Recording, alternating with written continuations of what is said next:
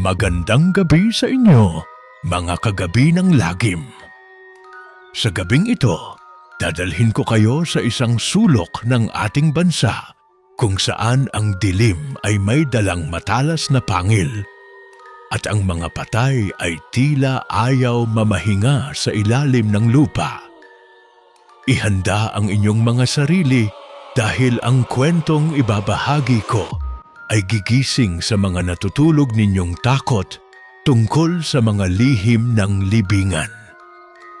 Huwag kayong lilingon sa inyong likuran dahil baka hindi lang kayo nag-iisa na nakikinig sa mga sandaling ito. Simulan na natin ang kwento ngayong gabi. Ang Sitio Pag-asa sa liblib na bahagi ng General Santos City ay binalot ng isang mabigat at malamig na katahimikan nang bawian ng buhay ang iginagalang na magsasakang si Mang Isko. Sa gitna ng masukal na taniman ng saging at nagtataas ang mga puno ng niyog, ang balita ay mabilis na kumalat sa mga kapitbahay na gulat sa biglaang pag-alis ng matanda. Ang kanyang ulilang pamangkin na si Teresita ang siyang nag-asikaso sa lahat ng bayarin at mga ritual para sa burol, habang ang buong baryo naman ay nag-alay ng kanilang pakikiramay. Habang naglalamay ang mga tao sa lumang bahay na gawa sa kahoy at kawayan, napansin ng kapitbahay na si Rosalinda ang isang kakaibang amoy na tila nanggagaling sa silong ng bahay. Hindi ito ang karaniwang amoy ng pormalin o ng mga bulaklak na nakapaligid sa kabaong, kundi isang masangsang na tila nabubulok na karne na dahan-dahan siyang humahalo sa malamig na hangin ng gabi. Sinubukan niyang ipagwalang bahala ang napunang iyon dahil ayaw niyang maghatid ng takot sa nagdadalamhating pamilya. Ngunit ang kilabot sa kanyang balat ay patuloy na nagpaparamdam ng hindi magandang babala.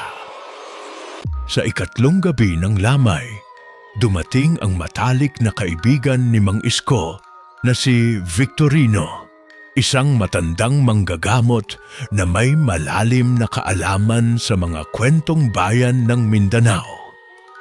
Tahimik siyang umupo sa tabi ng kabaong at matagal na itinitig ang kanyang mga mata sa natutulog na mukha ng pumanaw na magsasaka. May kung anong bulong siyang binigkas habang hawak ang kanyang lumang krus, na tila ba may binabantayan siyang hindi nakikita ng karaniwang mata ng mga taong abala sa paglalaro ng baraha at pagkukwentuhan sa labas. Kasabay ng pagbuhos ng malakas na ulan, napansin ng binatang si Wilfredo na siyang nagbabantay sa kusina ang mararahas na kaluskos sa bubungan ng bahay na tila ba may mabigat na hayop na naglalakad sa itaas. Nang silipin niya ang bintana upang tignan kung ano ang nandoon, wala siyang nakita kundi ang kadiliman ng gabi at ang sumasayaw na mga dahon ng saging. Ang hindi niya alam, may dalawang mapupulang mata ang nakatitig sa kanya mula sa itaas ng puno, naghihintay ng tamang pagkakataon upang bumaba. Kinabukasan, sa tulong ng mga lokal na kalalakihan, sa wakas ay naihatid din si Mang Isko sa kanyang huling hantungan sa lumang sementeryo ng sitio na napapaligiran ng masukal na gubat. Ang bawat hakbang ng mga nakipaglibing ay tila may kasamang bigat at ang iyak ni Teresita ay umalingaw-ngaw sa buong paligid habang ibinababa ang kabaong sa hukay. Matapos matakpan ng lupa ang puntod, Mabilis na lumisan ang mga tao dahil sa takot na abutin sila ng dilim sa daan patungo sa kani-kanilang mga tahanan. Nang sumapit ang hating gabi, isang matinding katahimikan ang bumalot sa sementeryo na binasag lamang ng tunog ng mga pala na tila humuhukay sa sariwang lupa ng bagong libing. Ang mga hayop sa paligid tulad ng mga aso at pusa ay nagsimulang mag-ingay ng may takot, na tila ba may masamang espiritu na dumaan sa kanilang harapan. Sa ibabaw ng puntod ni Mang Isko, isang anino ang dahan-dahang gumagalaw sa dilim. Hawak ang matatalas na kuko na kayang magpatumba ng kahit anong harang na nakatayo. Ang amoy ng lupa at nabubulok na elemento ay lalong naging matapang habang ang nilalang ay patuloy sa kanyang ginagawa sa ilalim ng malamig na liwanag ng buwan. Walang sinumang tao ang nakasaksi sa pangyayaring iyon dahil ang lahat ay nakakulong sa loob ng kanilang mga bahay, natatakot sa mga multo ng nakaraan. Ang gabi ay naging saksi sa isang krimen na hindi gawa ng tao, kundi ng isang gutom na nilalang na nagmula sa pinakamadilim na bahagi ng ating sinaunang kasaysayan at tradisyon. Bago sumikat ang araw, ang sementeryo ay muling naging tahimik, ngunit ang lupa sa ibabaw ng puntod ni Mang Isko ay tila bahagyang niyanig at hindi na pantay tulad ng pagkakaayos kahapon. Ang hangin na dumaan sa sityo ay may dalang kakaibang lamig na nagpatayo ng balahibo ng mga maagang gumising upang magtrabaho sa bukid. Doon nagsimula ang isang mahaba at madilim na kwento ng kilabot na babago sa buhay ng bawat mamamayan na naninirahan sa tahimik na sityo Pag-asa. Isang linggo matapos ang libing, ang dalagang si Stephanie ay naglalakad pauwi. Galing sa pamamalengke sa bayan habang ang araw ay dahan-dahang lumulubog sa likod ng mga bundok. Habang binabaybay niya ang madilim na kalsada, malapit sa bahay ng pumanaw na magsasaka, laking gulat niya nang makita ang isang pamilyar na bulto ng katawan. Sa tapat ng pinto, nakaupo sa lumang tumba-tumba, ay isang matanda na kamukhang-kamukha ni Mang Isko. Suot ang kanyang paboritong kupasing kamiseta at pantalon na ginagamit sa bukid. Napatigil sa paglakad si Stephanie habang ang kanyang puso ay nagsimulang sumayaw sa takot dahil alam niyang patay na at nailibing na ang matanda ilang araw na ang nakalilipas. Sinubukan niyang tawagin ito ng dahan-dahan, ngunit ang matanda ay hindi lumingon, hindi kumukurap ang mga mata, at nananatiling tuwid ang pagkakaupo na tila isang estatwa.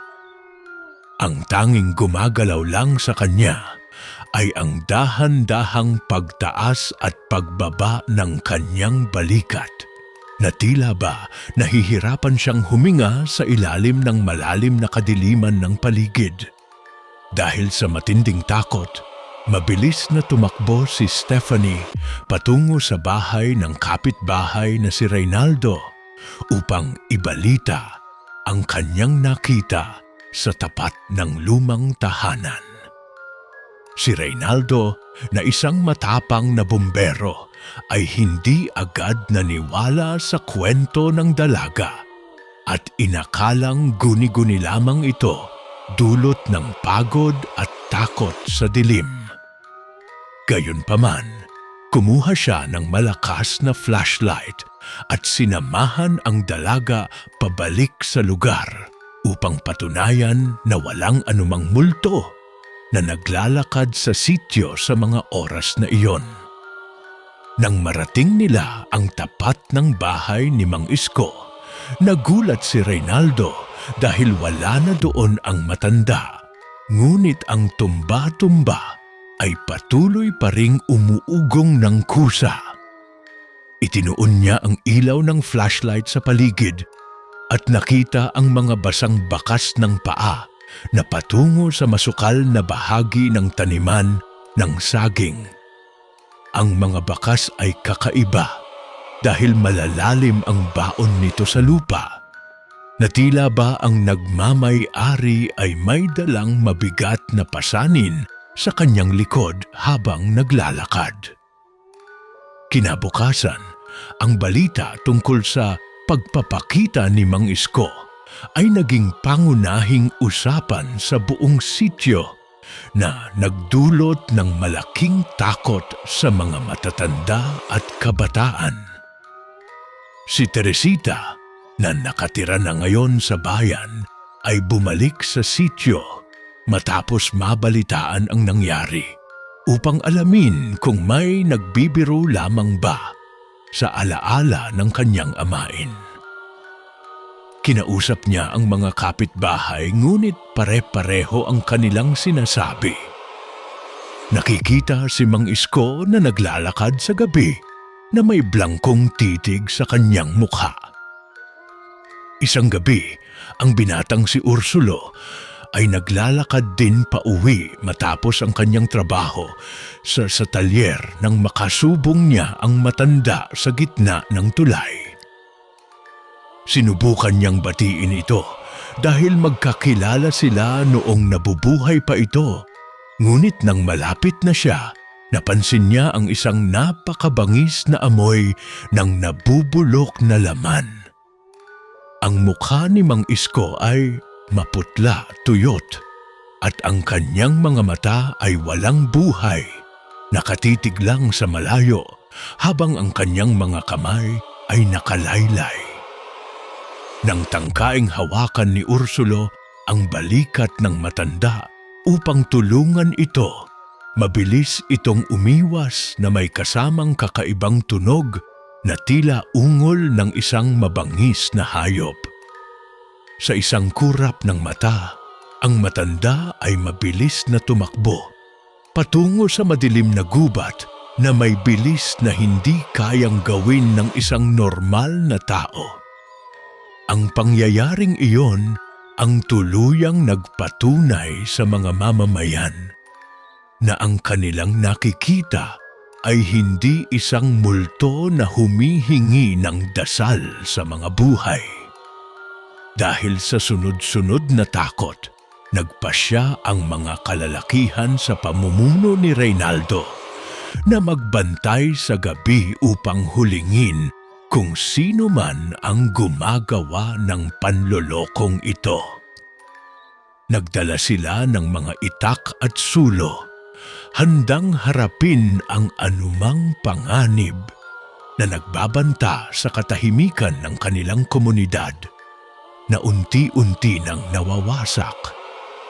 Ang bawat sulok ng sityo ay naging saksi sa lumalalang takot habang ang gabi ay patuloy na nagdadala ng mga misteryong hindi pa kayang maipaliwanag ng agham. Hindi na nakatiis ang mga tao kaya nagpasya silang buksan ang puntod ni Mang Isko upang wakasan ang haka-haka na nagpapahirap sa kanilang mga isipan gabi-gabi.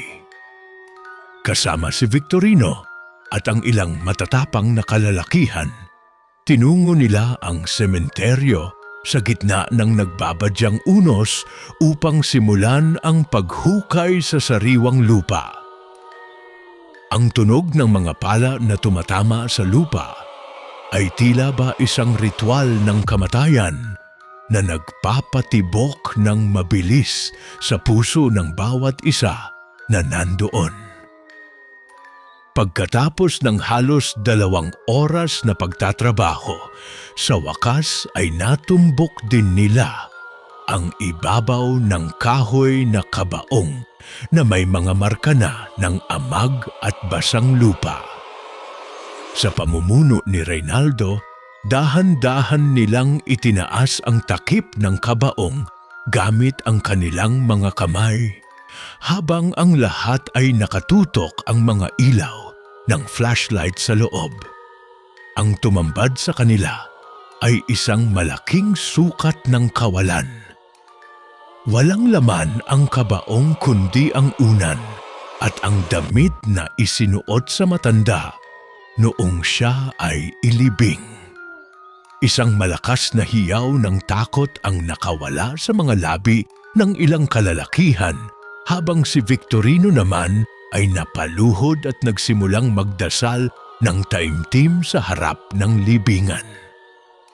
Napansin niya ang mga gasgas sa loob ng kabaong na tila ginamitan ng matatalas na kuko mula sa labas upang hatakin ang bangkay paitaas sa ibabaw. Ang katotohanan ay mas matindi pa sa kanilang inaasahan. Ang katawan ni Mang Isko ay ninakaw ng isang nilalang na walang awa at takot sa batas ng Diyos.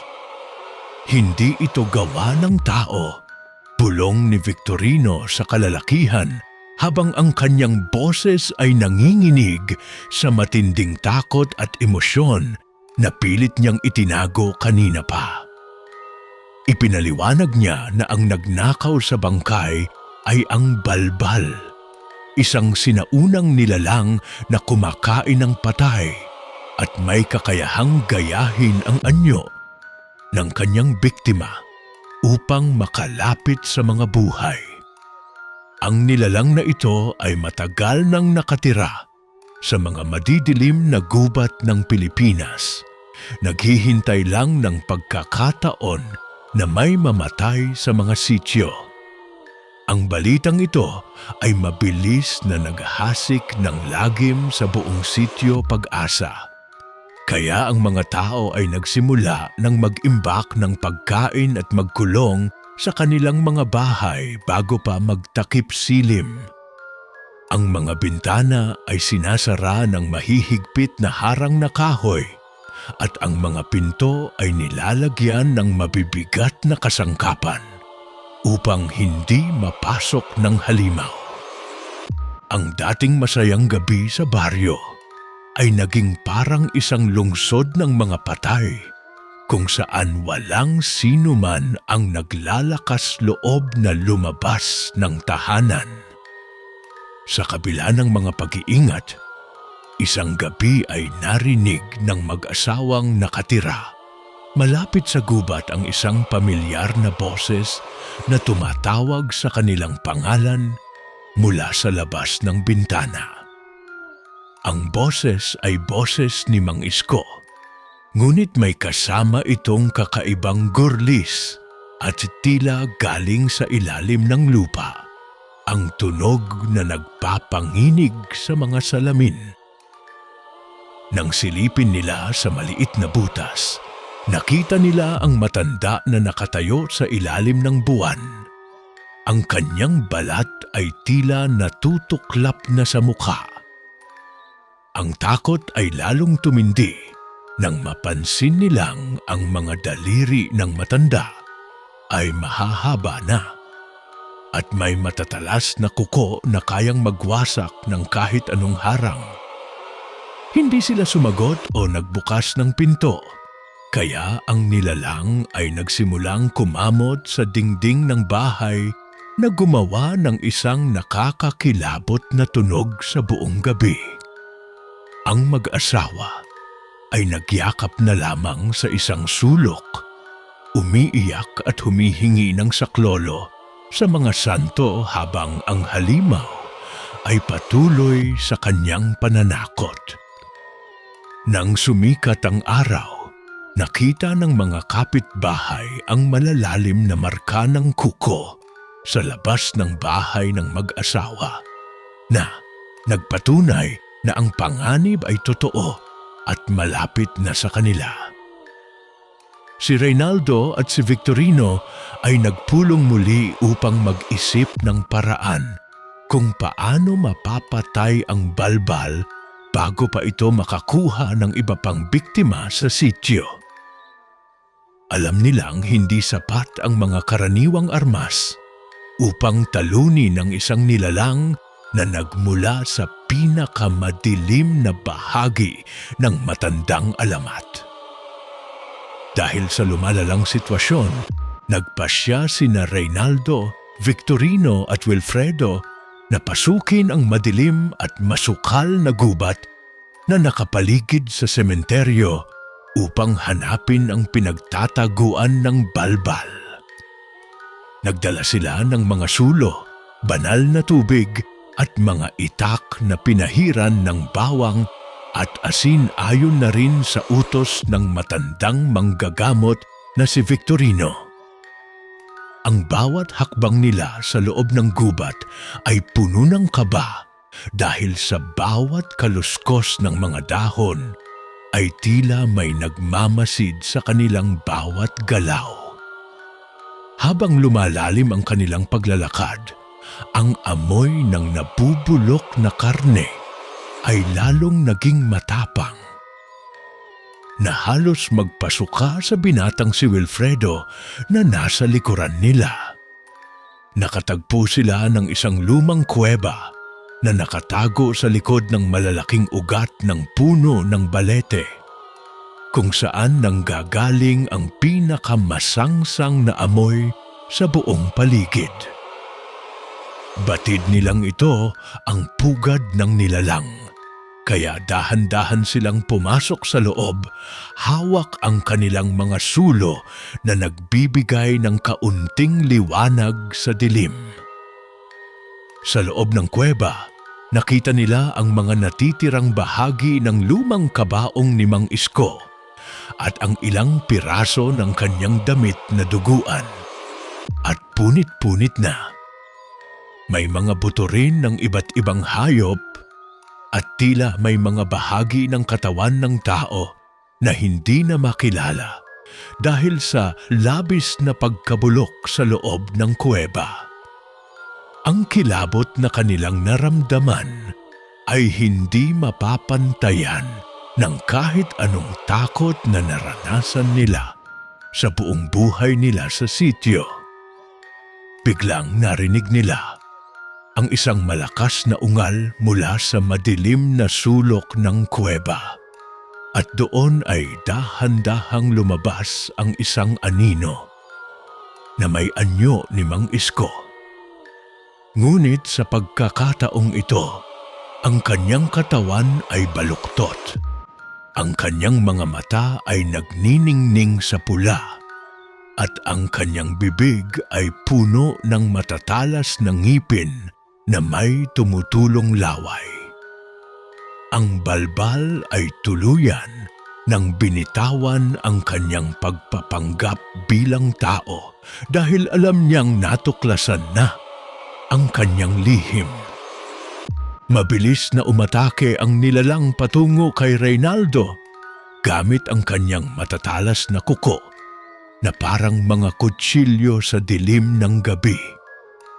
Sinubukan itong harangin ni Reynaldo gamit ang kanyang itak, ngunit ang lakas ng halimaw ay higit pa sa normal na nilalang, kaya tumalsik ang kanyang sandata sa malayo. Si Wilfredo naman ay mabilis na nagbuhos ng banal na tubig sa katawan ng balbal, na nagdulot ng isang matinding pagsabog ng usok at sakit sa halimaw. Ang balbal ay umungal sa matinding sakit at mabilis na umatras patungo sa labas ng kuweba na nag-iwan ng isang madilim na likido sa lupa na may masangsang na amoy. Sinundan ni na Victorino ang nilalang, ngunit dahil sa kadiliman ng gabi at sa bilis nito, mabilis silang nawalan ng bakas sa gitna ng masukal na kagubatan. Napilitan silang bumalik sa sityo upang kanhan ang mga tao na ang halimaw ay nasugatan at mas magiging mabangis sa kanyang susunod na pag-atake. Nang makabalik sila sa baryo, nalaman nilang may isang residente na naman ang nawawala, ang matandang babae na si Wendy na nakatira malapit sa dulo ng kalsada. Ang kanyang bahay ay bukas ang pinto at may mga marka ng dugo sa sahig na nagpapakita na hindi na naghintay ang balbal at kumuha na ng bagong biktima. Ang takot sa Sitio Pag-asa ay umabot na sa pinakamataas na antas, kung saan ang bawat isa ay tila naghihintay na lang ng kanilang katapusan. Nagtipon ang lahat ng natitirang mamamayan sa loob ng lumang kapilya ng sitio, naniniwala na ang banal na lugar ang tanging makakapagligtas sa kanila laban sa kamatayan. Si Victorino ay patuloy sa pagdarasal habang sina Reynaldo at Wilfredo ay nagbabantay sa pinto, hawak ang kanilang mga natitirang sandata para sa huling laban. Ang gabi ay tila walang katapusan habang ang bawat segundo ay puno ng takot at pag-aabang sa pagdating ng sinaunang halimaw. Nang sumapit ang ikatlo ng madaling araw, ang pinakamadilim na bahagi ng gabi, isang malakas na kaluskos ang narinig sa bubungan ng lumang kapilya ng sityo. Ang mga tao sa loob ay nagsimulang mag-iyakan at magyakap, habang ang tunog ng matatalas na kuko ay dahan-dahang gumagawa ng butas sa itaas ng kisame.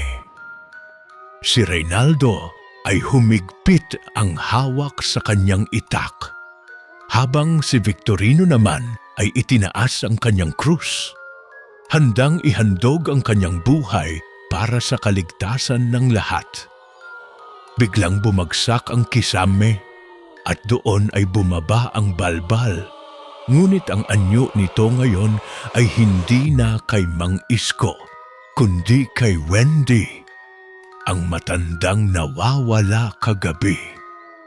Ang kanyang mukha ay kalahating tao at kalahating halimaw. May mga uod na lumalabas sa kanyang mga mata at ang kanyang balat ay kulay abona. Isang nakakakilabot na tawa ang kumawala sa kanyang bibig na nagpatigil sa tibok ng puso ng mga nakakarinig sa buong loob ng kapilya. Mabilis na sumugod ang nilalang sa grupo ng mga kababaihan, ngunit bago pa ito makapanakit, hinarang ito ni Victorino gamit ang kanyang katawan at ang hawak na krus. Ang krus ay naglabas ng isang mahinang liwanag nang tumama sa dibdib ng balbal na nagdulot ng malalim na sugat at pagkasunog ng kanyang balat na may kasamang mabangis na ungal. Ginamit ni Reynaldo ang pagkakataong ito upang tagaing paitaas ang leeg ng halimaw gamit ang kanyang huling lakas at tapang. Sa isang matinding saksak at taga, ang ulo ng balbal ay tuluyang nahiwalay sa kanyang katawan at ang madilim na dugo nito ay kumalat sa sahig ng banal na kapilya. Ang katawan ng halimaw ay dahan-dahang naging abo at naglaho sa hangin na nag-iwan ng isang napakabangis na amoy na unti-unti ring nawala sa tulong ng simoy ng umaga. Ang mga tao ay napaluha sa kagalakan at labis na pasasalamat dahil sa wakas ay natapos na ang mahabang gabi ng lagim. Nang sumikat ang araw, ang Sitio Pag-asa ay muling naramdaman ang init ng liwanag, ngunit ang sugat ng nakaraan ay mananatili na sa puso at isipan ng bawat isa. Ang aral ng kwentong ito ay huwag nating kalilimutan ang mga matatandang tradisyon at paggalang sa mga yumao dahil ang bawat ritual ay may malalim na dahilan upang mapanatiling tahimik ang mga patay. Kung hahayaan nating mawala ang respeto sa kabilang buhay, ang mga sinaunang halimaw tulad ng balbal ay muling babalik upang kunin ang ating mga katawan. Gayunpaman, habang nililinis ni na Reynaldo ang sementeryo pagkalipas ng ilang araw, napansin nila ang isa pang lumang puntod na may sira sa gilid at tila hinukay din mula sa ilalim. Isang malaking takot ang muling gumising sa kanilang puso nang makitang wala na rin ang laman ng kabaong na iyon, na tila ba may iba pang nilalang na nagising sa dilim. Ang laban ay maaaring natapos na sa kapilya, ngunit ang gabi ay marami pang lihim na nakatago sa ilalim ng lupa ng ating bansa. Napagtanto ng mga tao na ang balbal ay hindi nag-iisa at ang kanilang sityo ay maaari pa ring maging biktima sa hinaharap kung hindi sila magiging handa at mapagmatyag sa paligid. Ang mga lumang kwento ng matatanda ay hindi lamang basta katang-isip upang takutin ang mga bata, kundi mga totoong babala na isinulat ng dugo at aral ng nakaraan. Ang katahimikan ng umaga ay naging isang pansamantalang pahinga lamang para sa isang komunidad na habang buhay nang babantayan ang kanilang mga patay laban sa mga halimaw. At diyan na nagtatapos ang kwento natin ngayong gabi, mga kagabi ng lagim. Ang kwento tungkol sa balbal ng Sitio Pag-asa ay isang paalala na ang kamatayan ay hindi laging huling hantungan ng isang tao, lalo na kung may mga elemento sa dilim na naghihintay na nakawin ang ating pagkakakilanlan. Ang takot na iniwan ni Mang Isko at ng halimaw ay patuloy na iiral sa tuwing darating ang malalim na gabi at ang masangsang na amoy ng hangin. Maraming salamat sa inyong walang sawang pakikinig at pagsama sa akin sa paglalakbay sa mundong ito ng kababalaghan at sindak ngayong gabi. Kung kayo ay kinilabutan at nais ninyo pang makarinig ng mga ganitong uri ng madidilim na kwentong bayan, huwag ninyong kalimutang mag-subscribe sa ating YouTube channel na Gabi ng Lagim. I-share ang kwentong ito, i-like at i-click ang notification bell para lagi kayong updated sa bawat pagbaba ng dilim at sa mga bagong upload nating kwento ng katatakutan. Mag-ingat kayo sa inyong pagtulog at tandaan, huwag basta-basta magbubukas ng pinto kapag may tumawag sa inyo sa kalalaimang gabi. Magandang gabi sa inyong lahat.